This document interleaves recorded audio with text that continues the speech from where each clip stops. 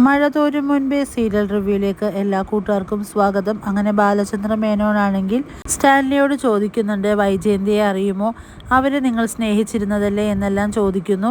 ഇത് കേൾക്കുന്ന സ്റ്റാൻലി ആണെങ്കിൽ ഒരു ഷോക്ക് ആവുന്നുണ്ട്. അവരെ നിങ്ങൾക്ക് എങ്ങനെ അറിയാമെന്നെല്ലാം ചോദിക്കുമ്പോൾ അതെല്ലാം ഞാൻ പിന്നീട് വിശദീകരിച്ച് തന്നെ പറഞ്ഞു തരാമെന്ന് പറഞ്ഞ് ഓരോ കാര്യങ്ങൾ ചോദിച്ചറിയാണ് ബാലചന്ദ്ര മേനോൻ. അങ്ങനെ സ്റ്റാൻലി ആണെങ്കിൽ തൻ്റെ മനസ്സ് തുറക്കുകയാണ് ബാലചന്ദ്ര മേനോന്റെ മുന്നിൽ. താങ്കൾ പറഞ്ഞ കാര്യങ്ങൾ എല്ലാം ശരിയാണ്. എൻ്റെ സീനിയർ ഓഫീസർ ആയിരുന്നു ഗംഗാധര മേനോൻ. ഗംഗാധര മേനോന്റെ സഹോദരിയെ ഞാൻ ആദ്യമായിട്ട് ക്വാർട്ടേഴ്സിൽ വെച്ചാണ് കാണുന്നത്. അപ്പോൾ ബാലചന്ദ്രൻ പറയുന്നുണ്ട്, വൈജയന്തിയെ കാണാൻ വേണ്ടി മാത്രം ഓരോ കാരണങ്ങളും പറഞ്ഞ് നിങ്ങൾ ക്വാർട്ടേഴ്സിൽ എത്തുമായിരുന്നില്ലേ? പുനലൂരിലെ തറവാട്ടിൽ നിന്ന് താങ്കളുടെ അമ്മച്ചി ഉണ്ടാക്കുന്ന സാധനങ്ങളെല്ലാം തന്നെ സുപ്പീരിയർ ഓഫീസർക്ക് ഗിഫ്റ്റായി കൊടുക്കാൻ വേണ്ടി താങ്കൾ ഇടയ്ക്കിടയ്ക്ക് ക്വാർട്ടേഴ്സിൽ ചെല്ലുമായിരുന്നില്ലേ? പക്ഷേ വൈജയന്തിക്ക് അറിയാമായിരുന്നു അത് അവളെ കാണാൻ തന്നെ വേണ്ടിയായിരുന്നുവെന്ന്. താങ്കൾക്കും അറിയാം ഗംഗാധര മേനോടുള്ള സ്നേഹം കൂടുതലും ആദരവും കൊണ്ടൊന്നുമല്ല എന്നും. ഇതെല്ലാം കേൾക്കുന്ന സ്റ്റാൻലി പറയുന്നുണ്ട്, അങ്ങനെ തന്നെയായിരുന്നു മിസ്റ്റർ മേനോൻ. പ്രേമം തലക്കു പിടിച്ച കാലം, വൈജയന്തി ഇല്ലെങ്കിൽ ജീവിക്കാൻ പറ്റില്ല എന്ന് വിചാരിച്ചൊരു കാലമായിരുന്നു അത്. വൈജയന്തി അല്ലാതെ മറ്റൊരു പെണ്ണിനെ മാരേജ് ചെയ്യില്ല എന്ന് ശപഥം ചെയ്തൊരു കാലമായിരുന്നു അത്. ബാലചന്ദ്രൻ ചോദിക്കുന്നുണ്ട്, താങ്കളല്ലേ ആഗ്രയിലെ സ്കൂളിൽ വൈജയന്തിക്ക് ഒരു ജോലി വാങ്ങിച്ചു കൊടുത്തത്? അതും മേനോൻ പറഞ്ഞത് വളരെ സത്യമാണ്. ഗംഗാധര മേനോന് ട്രാൻസ്ഫർ ആയി ഡൽഹിയിലേക്ക്. അപ്പോൾ വൈജയന്തിക്ക് നാട്ടിലേക്ക് തിരിച്ചു പോരേണ്ട ഒരു അവസ്ഥയായിരുന്നു. അവളെ നാട്ടിലേക്ക് പറഞ്ഞയക്കാതിരിക്കാനായിട്ട് അവൾക്കൊരു ജോലി അത്യാവശ്യമായിരുന്നു. അതായിരുന്നു ഞാൻ അവൾക്ക് എൻ്റെ സ്വാധീനങ്ങളെല്ലാം ഉപയോഗിച്ച് തന്നെ ഏറ്റവും വലിയ സ്കൂളിൽ നല്ലൊരു ജോലി തന്നെ അവൾക്ക് ഞാൻ വാങ്ങിച്ചു കൊടുത്തു. അങ്ങനെ ഗംഗാധരനും ഫാമിലിയും ഡൽഹിയിലേക്ക് പോയി. അങ്ങനെ ആഗ്രയിൽ ഞാനും വൈജയന്തിയും മാത്രമായി. അതേസമയം ബാലചന്ദ്രൻ ചോദിക്കുന്നുണ്ട്, അവൾക്ക് ശരിക്കും നിങ്ങളോട് പ്രേമമുണ്ടായിരുന്നോ, അതോ നിങ്ങളുടെ പദവിയും പവറും കണ്ട് പ്രേമിച്ചു പോയതാണോ? അന്ന് ക്യാപ്റ്റൻ സ്റ്റാൻലി ആയിരുന്നല്ലോ നിങ്ങൾ.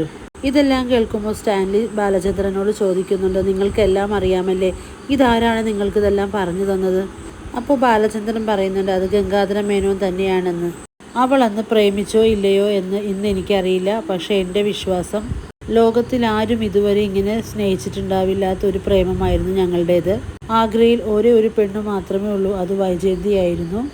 ആഗ്രയിൽ ഒരു കാമുകി മാത്രമുള്ളൂ, അത് വൈജയന്തിയായിരുന്നു എന്നും ആഗ്രയിൽ ഒരേ ഒരു പ്രേമമുള്ളൂ, അത് സ്റ്റാൻലിയും വൈജയന്തിയും തമ്മിലുള്ളതാണെന്നാണ് ഞാൻ വിശ്വസിച്ചിരുന്നതെന്നല്ല. കാറ്റും നിലാവും നക്ഷത്രവും എല്ലാം ഞങ്ങൾക്ക് വേണ്ടി മാത്രമുള്ളതായിരുന്നു എന്നാണ് ഞങ്ങൾ അന്ന് വിശ്വസിച്ചിരുന്നത്.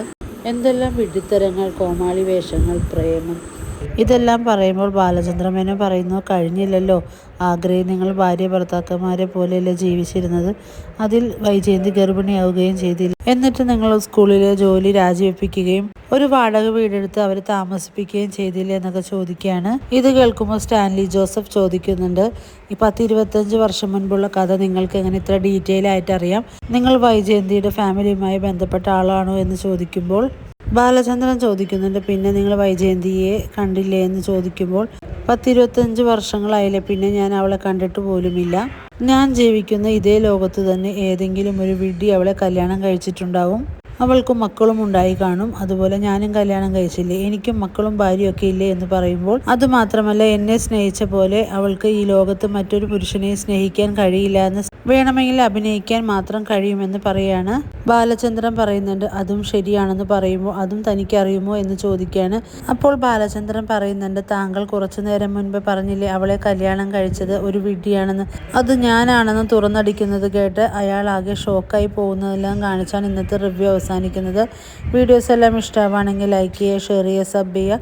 മറ്റൊരു ത്രില്ലിംഗ് എപ്പിസോഡിന് വേണ്ടി നമുക്ക് കാത്തിരിക്കാം.